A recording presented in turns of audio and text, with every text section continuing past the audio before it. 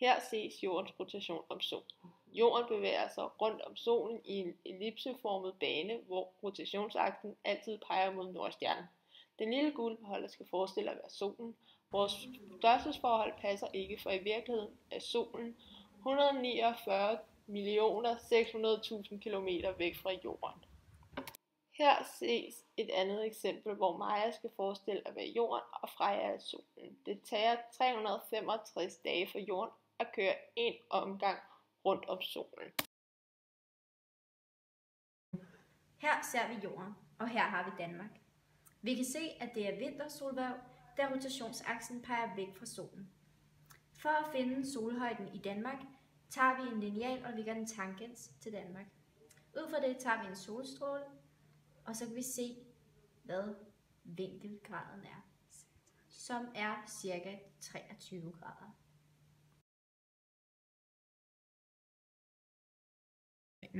Her ser vi, hvad vintersolhverv er. Vi kan se her, at jorden bevæger sig rundt, og først her kommer solen frem i Danmark. Den bevæger sig, døgnet går, og efter 7 timer går solen så ned i Danmark. Det betyder, at der kun er 7 timer sol og 17 timers mørke. Så her ser vi altså, hvad vintersolhverv er. Vi starter her, og Danmark ligger her, og så står solen op, og solen går ned her. Så er der gået 12 timer, og når solen så går ned, og til den står op igen, der går der 12 timer igen. Og det vil så sige, det er forårs jævn døgn.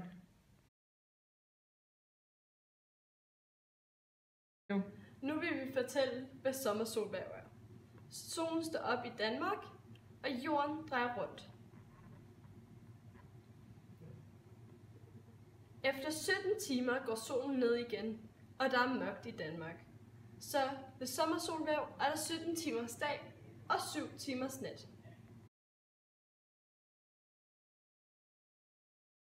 Nu vil jeg forklare, hvad efterårsjævndøgn er. Her ser vi Danmark. Vi ser, at solen står op her, og Danmark eller jorden roterer. Og derfor her ser vi, at solen forsvinder ud af Danmarks synsfelt, og derfor går solen ned. Det betyder altså, at der er et halvt døgn med sol og et halvt døgn med mørke.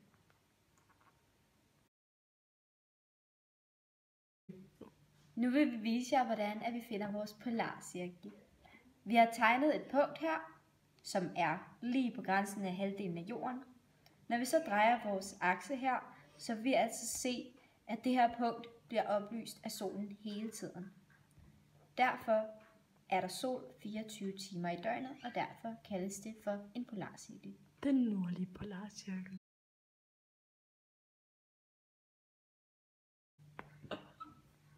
Nu vil vi vise, hvordan man finder den nordlige polarcirkel ved vintersolhverv, hvor vi før viste den nordlige polarcirkel ved sommersolhverv.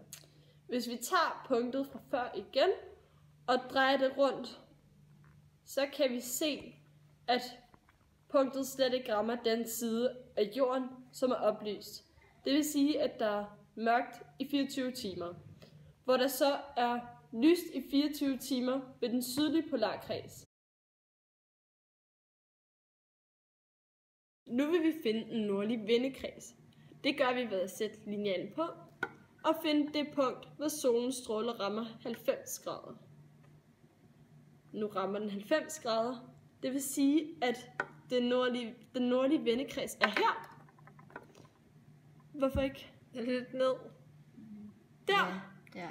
Og så hvis man drejer den rundt der, så er det alt det her, der er den nordlige vindekreds. Og ved de steder oplever man så en gang om året, at solen står i zenit. Det vil sige, at solen ikke kaster nogen skygge. Månen drejer rundt om jorden. Det tager månen en måned at bevæge sig rundt om jorden. Afstanden mellem jorden og månen er 384.405 km. I virkeligheden drejer månen ikke rundt om jordens ækvator, men for at det er nemmere at vise, så følger vi ækvator. Her viser vi det samme igen. Freja er solen, Maja er jorden og Thor er månen. Månen drejer rundt om jorden samtidig med, at jorden drejer rundt om solen.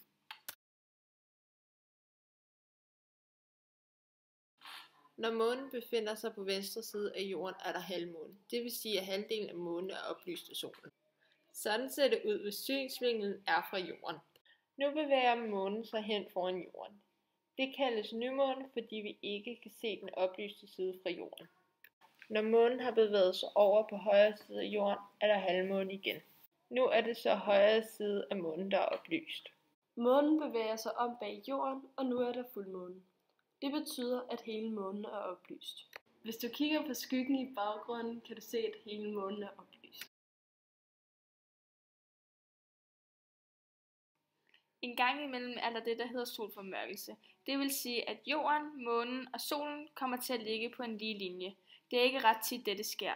Når der er solformørkelse, ligger månen imellem solen og jorden, hvilket udgør, at man ikke kan se solen fra bestemte steder på jorden. Når der så er måneformørkelse, ligger jorden, månen og solen stadig på en lige linje. Månen er bare rykket om bag jorden. Dette udgør, at man ikke kan se månen fra jorden. Jorden ligger i vejen, så solens stråler ikke kan ramme månen. Du kan se et nyt stjernebillede på himlen hver måned. Solen står i plantens tegn. En måned senere står solen i bøjlernes tegn. Venus drejer rundt om solen ligesom jorden. Hvis vi kigger fra jorden, kan vi se, at det er fuld Venus her. Halv Venus her. Ny Venus. Så ser vi halv Venus igen. Og fuld Venus. Her viser vi, hvordan en sløjfebevægelse ser ud. Maja er jorden, og hver gang at Venus overhaler, ser vi, hvordan at en sløjfebevægelse ser ud fra jorden.